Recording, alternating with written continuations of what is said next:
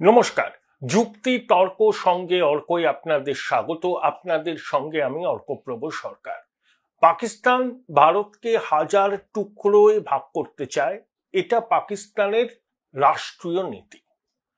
৭১ সালে লড়াইয়ের পর পরাজয় মানতে না পেরে ভুট্টো বলেছিলেন হিন্দুস্তানের বিরুদ্ধে ১০০০ বছর লড়াই হবে এবং একই সঙ্গে হিন্দুস্তানকে হাজার টুকরে বিভক্ত না করা পর্যন্ত পাকিস্তান থামবে না। এখনো পর্যন্ত ভারত পাকিস্তানের যে কটা যুদ্ধ হয়েছে সবকটা যুদ্ধেই পাকিস্তানকে পরাজয় মেনে নিতে হয়েছে এবং অপারেশন সিন্দুর সেটাও কার্যত পাকিস্তানের পরাজয়। কারণ শুধুমাত্র পাক অধিকৃত কাশ্মীর নয়, ডিপ ইনসাইড পাকিস্তানে ঢুকে ভারত লস্কর জৈশে মোহাম্মদের জঙ্গি ঘাঁটি ভেঙে গুড়িয়ে দিয়েছে। ১০০ জন জঙ্গি খুব নিহত হয়েছেন ভারতীয় বাহিনীর ক্ষেপণাস্ত্র হামলায় এবং ৩৫ থেকে ৪০ জন পাক সেনা নিহত হয়েছে। ভারতের পক্ষে ক্ষয়ক্ষতি সামান্য হয়েছে, ৫ জন জওয়ান মারা গেছেন, কিন্তু জম্মু সীমান্তে পাক সেনাবাহিনীর লাগাতার গুলি বর্ষণ, শেল বর্ষণে নিরীহ কাশ্মীরিদের মৃত্যু হয়েছে। দেখুন, পেহেলগামের জঙ্গি হানার পর দেশ জুড়ে যে আবেগ তৈরি হয়েছিল, যে বদলার ডাক দেওয়া হয়েছিল, অপারেশন সিন্দুরের মাধ্যমে ভারত সরকার সেই বদলা সুনিশ্চিত করেছে। এখনো অপারেশন সিন্দুর জারি আছে। কিন্তু আমি আমার সহনাগরিকদের বলবো, জম্মু সীমান্তে যে নিরীহ ভারতবাসী মারা গিয়েছেন তাদের কথাও যেন আমরা একটু স্মরণে রাখি। তারা কিন্তু কোনো অন্যায় করেননি, কোনো দোষ করেননি। পাক বাহিনীর নির্বিচার গুলি বর্ষণে সীমান্তে যে সমস্ত মানুষ বাস করেন ভারত পাকিস্তান সীমান্তে জম্মুর, তারা কিন্তু নিহত হয়েছেন, তারাও কিন্তু শহীদ। আমাদের তাদের বিষয়টাও মাথায় রাখতে হবে। পেহেলগামের বেছে বেছে হিন্দু নিধন নিন্দার যেমন ভাষা নেই, জম্মু সীমান্তে নিরীহ কাশ্মীরবাসীদের উপর পাক বাহিনী যেভাবে হত্যালীলা চালিয়েছে তারও কিন্তু নিন্দার কোনো ভাষা নেই। এই যখন আবহ, তখন আমার মনে হলো, দেখুন, পাকিস্তানের পরিচিত রাজনীতিবিদদের মধ্যে আমাদের সিক্রেট দোস্ত আছে একদম। তিনি কিন্তু ভারতের বন্ধু, পাকিস্তানি রাজনীতিবিদ। তার কথাবার্তা শুনলে মনে হবে তিনি প্রতিনিয়ত ভারতকে হুমকি দিচ্ছেন, দেখে নেওয়ার কথা বলছেন, পারমাণবিক যুদ্ধের কথা বলছেন।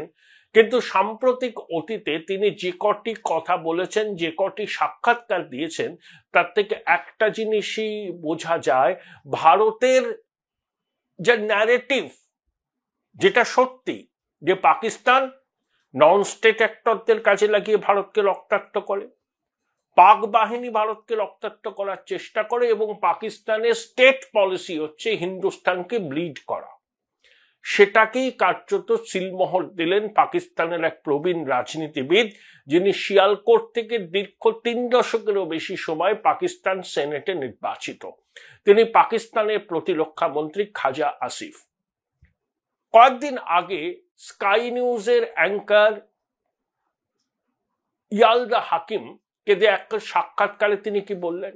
We have been doing this dirty things for the last 3 decades। Dirty things মানে টেরোরিজমকে উৎসাহ দেওয়া, টেরোরিজমকে ফান্ড করা এবং টেররিস্টদের ইনফ্রাস্ট্রাকচারকে নার্চার করা। ভারত দীর্ঘদিন ধরে এই কথাটা বলে আসছে, এটা পাকিস্তানের প্রতি আমাদের অভিযোগ। তার সিলমোহর দিলেন Khawaja Asif. We have been doing this dirty things for the last 3 decades। ১। ২, আমরা বলি কি যে মাদ্রাসাগুলোতে মৌলবাদের চাষ হয়, বাচ্চা ছেলেদের মনে ধর্মীয় বিদ্বেষ জাগিয়ে তোলা হয় এবং ভারতের বিরুদ্ধে জিহাদি মানসিকতাকে সার জল দেয়া হয়। খাজা আসিফ কি বললেন? খাজা আসিফ বললেন যে আমাদের মাদ্রাসার স্টুডেন্টরাই তো আমাদের সেকেন্ড লাইন অফ ডিফেন্স, কোনো রিজার্ভ ব্যাটালিয়ন বা ফোর্স নয়। মাদ্রাসা স্টুডেন্টরাই হচ্ছে আমাদের second line of defence. Bharat কি বলে? মাদ্রাসায় জিহাদিদের তৈরি করা হয়। আমাদের বক্তব্য, সিলমোহর দিলেন পাকিস্তানের প্রতিরক্ষা মন্ত্রী খাজা আসিফ। 3, পাকিস্তান বারবার করে বলছে, এটা অনেকদিন আগে আমি সেই আপনাদের বলেছি না, জিটি চিসপুরা যখন ক্লিন্টন এসছিলেন জিডি সিংপুরায় 38 জন শিখকে খুন করা হয়েছিল, লস্করে তৈবা করেছে। ডেভিড কোলম্যান হেডলি স্বীকার করেছেন যে তাকে লস্করের টপ কমান্ডাররা বলেছিলেন যে ওই নরমের যোগ্য তাদের পৌরোহিত্যেই হয়েছে। তারপর পাকিস্তান এস্টাবলিশমেন্ট এটাকে ফলস ফ্ল্যাগ অপারেশন বলে। খাজা আসিফও ফলস ফ্ল্যাগ অপারেশন বলছিলেন। কিন্তু যখন একটি টিভি চ্যানেলের সঞ্চালিকা তাকে বললেন যে ফলস ফ্ল্যাগ অপারেশন প্রমাণ দিন, তখন তিনি বলছেন আমি শুনতে পাচ্ছি না আপনার প্রশ্ন। অর্থাৎ ফলস ফ্ল্যাগ অপারেশন যে পাকিস্তানের মিথ্যে ন্যারেটিভ, খাজা আসিফ সেটাকে এস্টাবলিশ করলেন। 4, এই খাজা আসিফ বলেছিলেন না আমরা 5টা রাফালকে ভূপতিত করেছি, পাকিস্তান সেনাবাহিনীর বীর সদস্যরা 5টা রাফালকে ভূপতিত করেছে। তখন সিএনএনেরই সঞ্চালিকা তাকে বলছেন যে ইউ প্লিজ শেয়ার প্রুফ। তখন বলছেন খাজা আসিফ সোশ্যাল মিডিয়াতে ঘুরছে। সোশ্যাল মিডিয়ায় কি ঘুরছে আমরা জানি, হ্যাঁ, যে কোন ছবি, এটা হচ্ছে পাকিস্তানের মিথ্যা প্রপাগান্ডা। অন্য কোনো ঘটনার ছবিকে নিয়ে তারা বলছে যে ভারতের রাফাল তারা ধ্বংস করেছে, সম্পূর্ণ মিথ্যা ন্যারেটিভ প্রপাগান্ডা। সোশ্যাল মিডিয়ায় পাকিস্তান মিথ্যা প্রপাগান্ডা চালিয়েছে। খাজা আসিফ কোনো প্রমাণ দেখাতে পারলেন না, তার কাছে নেই তো প্রমাণ দেখাবেন কি করে?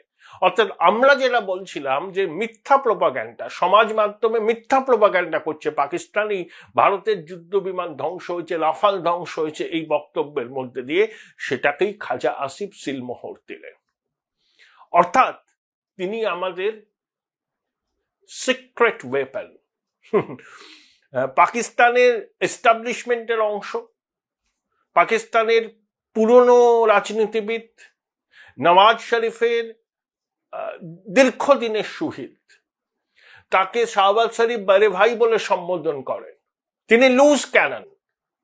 তিনি কিন্তু অকপটে স্বীকার করলেন যে পাকিস্তান রোগ স্টেট, পাকিস্তান টেররিস্টদের সব রকম সহায়তা করে, পাকিস্তান মিথ্যা ন্যারেটিভ বাজারে ছড়ায় ভারতকে কলুষিত করার জন্য। এই ভদ্রলোককে থামাবার কোনো উদ্যোগ কিন্তু ইসলামাবাদের পলিটিক্যাল এস্টাবলিশমেন্ট নিচ্ছে না। তার মানে কি ইসলামাবাদের পলিটিক্যাল এস্টাবলিশমেন্ট খাজা আসিফকে সামনে রেখে এই কথাগুলো বলিয়ে পাক সেনাকে বার্তা দিচ্ছে যে ক্ষমতার আসল কেন্দ্র রাওয়ালপিন্ডির অঙ্গুলি হেলন ছাড়া পাকিস্তানে একটা পাতা অব্দি নড়ে না। আর যাবতীয় সন্ত্রাসের এপিসেন্টার হচ্ছে জিএইচকিউ রাওয়ালপিন্ডির পাকিস্তানে, এবং তারা সেনা এবং আইএসআই তারাই করে এটা। খাজা আসিফ পলিটিক্যাল লিডারশিপ, তিনি যখন এই কথাগুলো বলছেন সেটা কি পাকিস্তানি মিলিটারিকে সাবোতাজ করার জন্য?